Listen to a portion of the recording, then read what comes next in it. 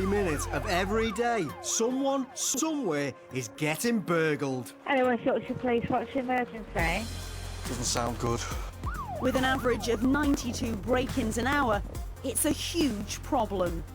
He's rummaging through the property. Can you be quick, please, because I'm scared. It never ceases to amaze me how much mess these burglars cause for people. For the victims of these crimes, it can take months or even years to overcome the trauma. Everywhere in the house is completely ransacked. Everything that we had stored was damaged. It's disgusting, you know. I don't have much myself. But in this series, we're fighting back against the burglar. Police forcing entry, please! Helping you to beef up your security. Here we go. While the police catch the criminals. Oh yeah, I feel safer now, a lot safer. Everything's going to be fine for you, isn't it? This is Breaking Britain. The Crackdown. Today on Breaking Britain, I'm with Sharon and Glenn, who not only have to deal with the devastation of having their home burgled, they're also miffed that the thieves stole their beer. The ale. It's nothing safe. They've been upstairs, rifled through drawers, been through my jewellery. They've taken my beer. Your beer? My beer. It's unbelievable. And we see the awful effect it has on Sharon. What if they want to come back and take TV? What if, like when we go to work tomorrow or whatever? And you know, they shouldn't be in your house, should they? And I'm in South Wales, where items left dumped at the side of the road lead to the discovery of a burglary. What gives them the right to come into somebody else? You know, what do they think that it's okay to do that? You know, I would like to understand more about the way that they're thinking.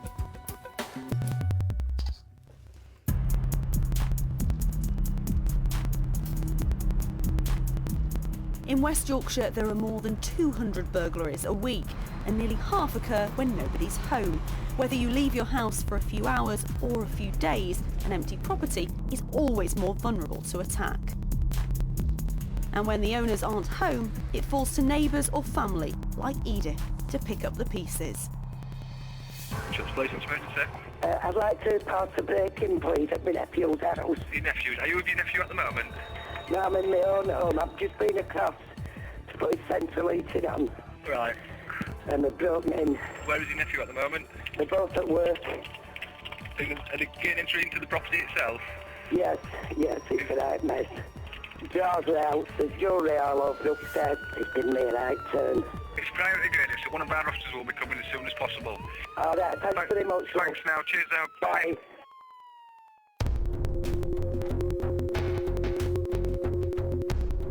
For 62-year-old Edith, finding the side door of her nephew's home smashed in was chilling. So I went up and had a look.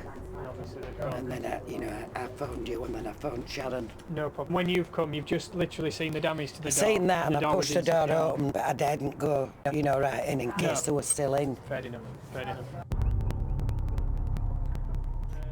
When postal worker Sharon got home with husband Glenn, who's an upholsterer, they couldn't believe it had happened to them. I mean, it just shows your cheek, it's ridiculous. Walking down the drive.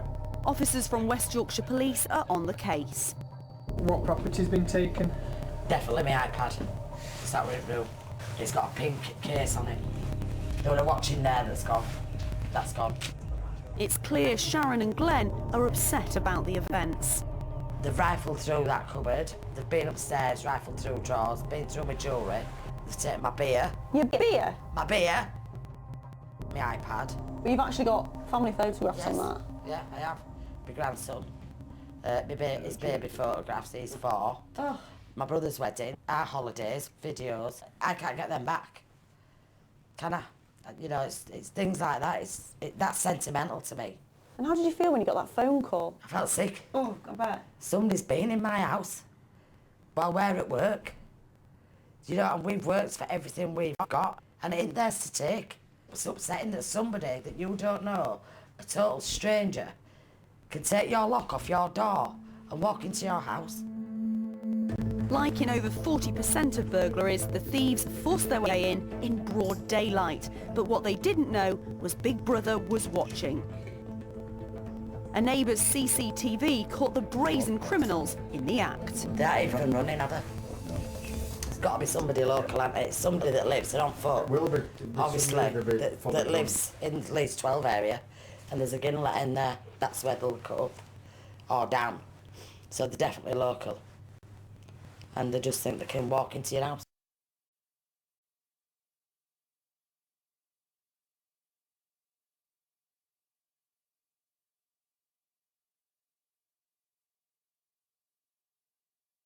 It's wrong. I hope the hands drop off anyway. I do. The footage has infuriated Glenn and Sharon. To see them walk with the way they've done it and come up and down, it's just like... It's their house. Their street, their house, their drive, And their it's door. It's our house. And I still can't believe that somebody's come in my house. I hate it. I hate the thought of it. And these people who walk into your house and think, oh, well, I'll just take this, that and other, might think that's okay. But it's not okay, because I ain't going to sleep tonight, I'll tell you right now. I can feel it, I will not sleep. Because you'd be so worried about it? Well, I'm upset about it. Well, it is upsetting, to be honest. It's definitely. It is for her. I know. I mean, I'm a fella, but especially for... You know, what if they want to come back and take TV? What if, like when we go to work tomorrow or whatever? You know, that's what you think. What if they come in again? And you know, stuff is sentimental to you, isn't it? It's not just about what you've paid for things. It's like, they shouldn't be in your house, should they? In just 12 minutes, these thieves robbed Sharon not just of her personal belongings, but of her peace of mind. And although the TV was too large to take on foot, Sharon's jewellery was ripe for the picking. And this is your bedroom? Yeah. And they've been through all your jewellery boxes? Yeah, yeah. Have they had anything? Well, my sister, she bought me a couple of years ago a nice Vivian Westwood necklace. I bet that ain't there. Until you actually look about, I didn't realise Glenn's watch had gone. I'm trying to think, you know, in your head when you're trying to think. I know, you're in shock and it's shock, tired yeah. and everything's a mess. It's probably difficult to think. You know, I've been up since 5 this morning. I'm usually showered and... Sat in your PJs by now. Sat in my PJs now and probably getting ready for bed. No early night for Sharon, but at least her son's on hand to do a temporary fix on the back door. But a lot more needs to be done to make her feel safe again. How do you think you're going to sleep tonight? I don't think I will. I've got a massive headache. I don't think I will. I'm panicking. What are you panicking about? In case they come back or whatever, because I'm thinking, oh, what if they've seen someone and think, oh, we'll get a van. I know you're not feeling up to going into work Yeah. Because of what's happened Yeah. here today. Yeah. We want to sort that out for you. We've got a guy who can come round and tell you exactly what you need. Sort out the windows, the doors, put a new lock on and sort you out with a decent alarm. Oh, that'll be brilliant. That'll be great, yeah. Well, Sharon was quite angry. And to be honest with you, I don't really blame her. Someone's come into her house uninvited and made her feel unsafe in her own home. And that's no way to live. So I'm calling in the security experts to transform this house from a burglar's best friend to his worst enemy. The next day, Crime Reduction Officer Nick Whitcomb is on hand to assess the existing security, or lack of it. He's spotted the lock Sharon's son's put in. It's only temporary, Nick, we promise.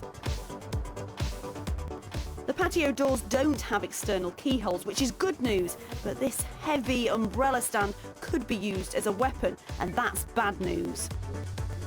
Nick's got more than 30 years police experience and calls me outside on a hunch about the alleyway, the likely escape route of the burglars.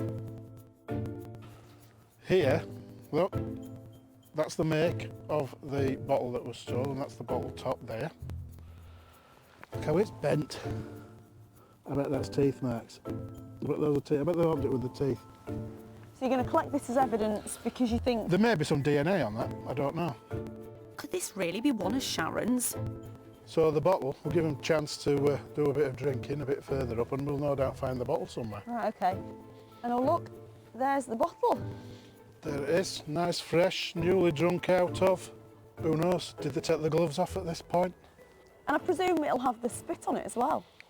Very likely, bit of DNA on there, no doubt. This Ginnell may have provided the burglars with an undisturbed getaway, but it's also provided us with evidence that could be invaluable. So, why did the burglars choose Sharon's house?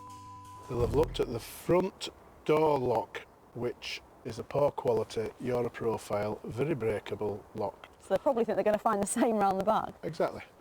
The hedges there, the wall, the low wall. Yes, they could easily hop over it. Why not stick some nasty, spiky, horrible plants there? Make them stop at the perimeter and hesitate. Give them opportunity to look out of place. And what are your final thoughts then? We need to cover that gap. The space between the garage and wall is enough for a criminal to slip through unobstructed. Sharon's making their life too easy. So out of 10, what would you give this property for security? 5, just. So a lot of work to be done and only one man to do it, Neil Goldup. He's a security superstar, beefing up hundreds of homes a year with state-of-the-art systems. Right, better get cracking then. We'll be back later to see if the security upgrade stops Sharon feeling vulnerable. Meanwhile, Dan's 270 miles away in Swansea, where another unoccupied house has been targeted.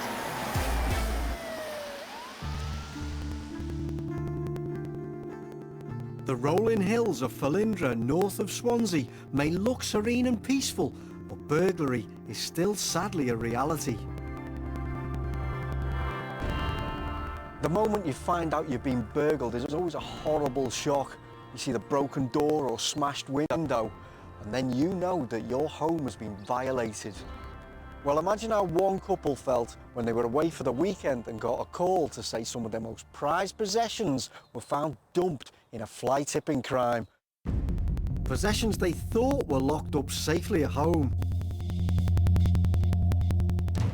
Environment Officer Sandy and Civil Servant Rosie have spent the last 7 years renovating their beautiful period cottage. When they left Wales for a trip to Bath, they never imagined the chain of events that would bring them home early. So how did you find out that you'd been burgled?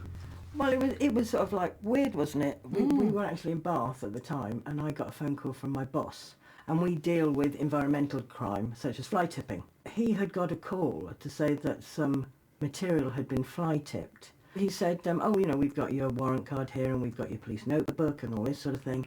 And so I'm thinking, well, I'm sure that was in my briefcase in the bedroom. And as we weren't here, I then phoned my neighbour up and said, will you go round and have a look?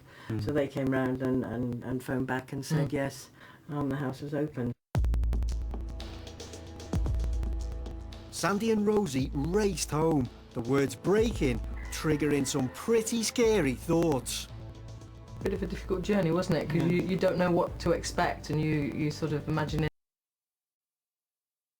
in the worst, really, that everything's going to be trashed and yeah. So not very nice sort of feeling coming down. What was the scene like when you came back? Well, obviously the conservatory door, you could see where they'd gained entry, and upstairs they'd tipped out all the drawers, and all the cupboards and in all the bedrooms, and they'd left great big dirty footprints everywhere, hadn't they, all over the carpets and things. The thieves trashed the bedroom and ruined the conservatory doors, but in doing so, they left vital evidence.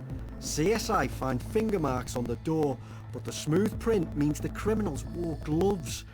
But they still put their foot in it.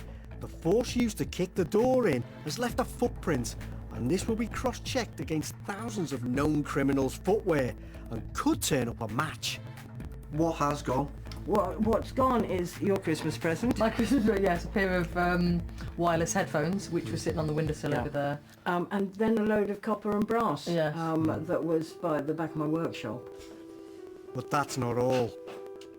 And this is where Sandy said the wicker box was on top. Yeah, the wicker box sat on there, in that area, just in there. What had gone was like a box, sort of like a raffia basket type thing. And inside there's sort of like random stuff. Looks like junk to anybody else, but there was my son's scout belt for when he was, 9. And there was this hanky that had been embroidered to commemorate my brother's death. And, that's irreplaceable. Doesn't matter, how much money you get, you just can't replace it. What meant so much to Sandy meant nothing to the burglars and was found as part of the fly tip material just 3 miles away from their house. Luckily enough, because of where they dumped them and the fact that they also took my ID, I've got them back. which I wouldn't have done if they hadn't taken my warrant card with all my details on. They could be in a hedge somewhere, and I would never get it back. So, you know, although it's horrible, I'm just so chuffed that I got, you know, that it's come back, and that's what's important. I'm so pleased for Sandy that she got a box of precious mementos back, because it's those things that are priceless. But even so, like most victims, Sandy and Rosie feel disturbed by the intrusion. It's horrible, the thought that somebody's been in your house. We were relieved that there wasn't more damage, but even so, just the thought that somebody could gain entrance so easily, and you don't know who it is. Yeah. You know. And I think also, now they know, you know, sort of like, you know, what's in my workshop, it makes you lose confidence about whether actually somebody's going to pop back tonight and take the rest. It does, it makes you nervous. Well, if it helps you out, we got our security experts who can pop round, see where the weaknesses are, and we can maybe fix them up for you, so it hopefully won't happen again. That is absolutely, you know, sort of just fab. The pair are holding up well, but this house needs securing before night falls if they're going to feel protected. We'll be back later to do just that. Over in Lower Wortley in Leeds, and Sharon still can't believe her house was burgled in broad daylight. The criminals caught on camera strolling away with her iPad and jewellery. Well, what I hope is that CCTV helps catch who they are, because they won't have done it just once. CCTV of this nature is really helpful in the hunt for criminals, and the police will study the tape for clues to ID the men. The bottle will be analysed for DNA, and if a match is made, arrests will follow. There's a chance Sharon's stuff will be recovered, but until then, the list of losses keeps growing. You've noticed since we were here last night that more things have gone missing? Yes. My passports, my spare car key, which I never even thought to look for. These are all things that happen. You don't think about these things, do you, when you're in shock? You know, there might be other stuff, but like I'll just have to keep, and what I'm doing is I'm writing it down. Would you say you're feeling similar to how you did last night, or do you think it's sinking in a little bit more? I keep thinking they might come back for my TV, because it's new. I haven't even been out of the house today. I haven't been out for any milk or anything, because you just don't go out of the house. Obviously, I don't feel it's secure. It's an awful feeling, because you just think, are they going to come back? Don't fret, Sharon. Neil's here with his box of security tricks. I'll get on with fitting in the room sensors if you want to fit all the door contacts through. Sure. One on side door, one on front door, and patio doors at back. Have you given Sharon a good telling off for not having an alarm on and working? It wasn't really her fault, it was there, but unfortunately it was broken, so I can't blame her for not turning it on.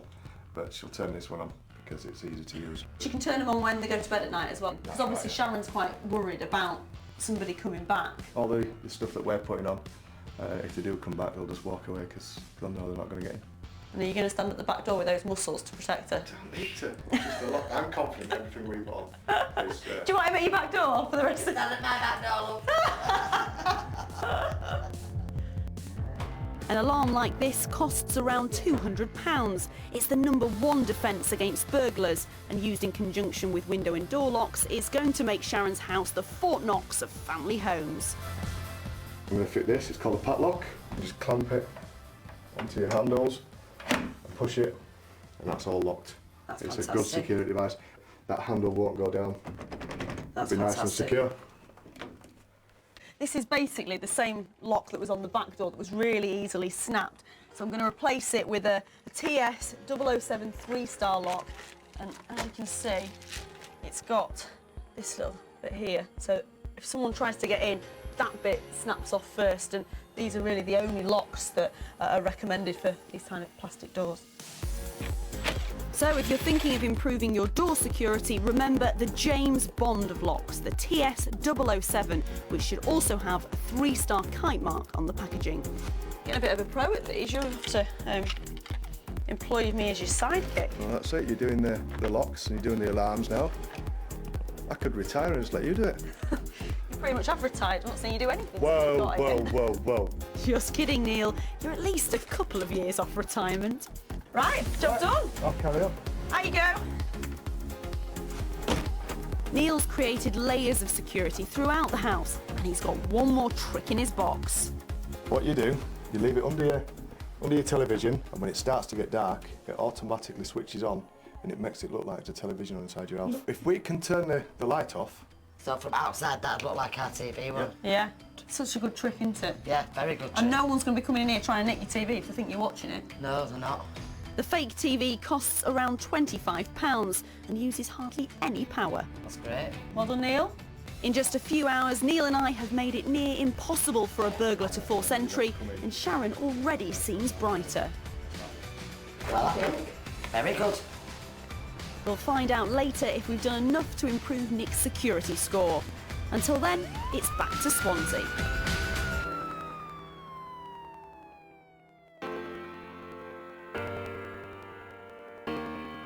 There were no leads on the footprint found at the house, so despite the police's best efforts, the thief remains at large.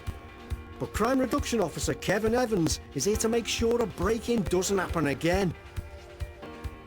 Right, so Kevin, thanks for being so determined to come all the way out here on such a horrible day, but clearly the burglar's been really determined too.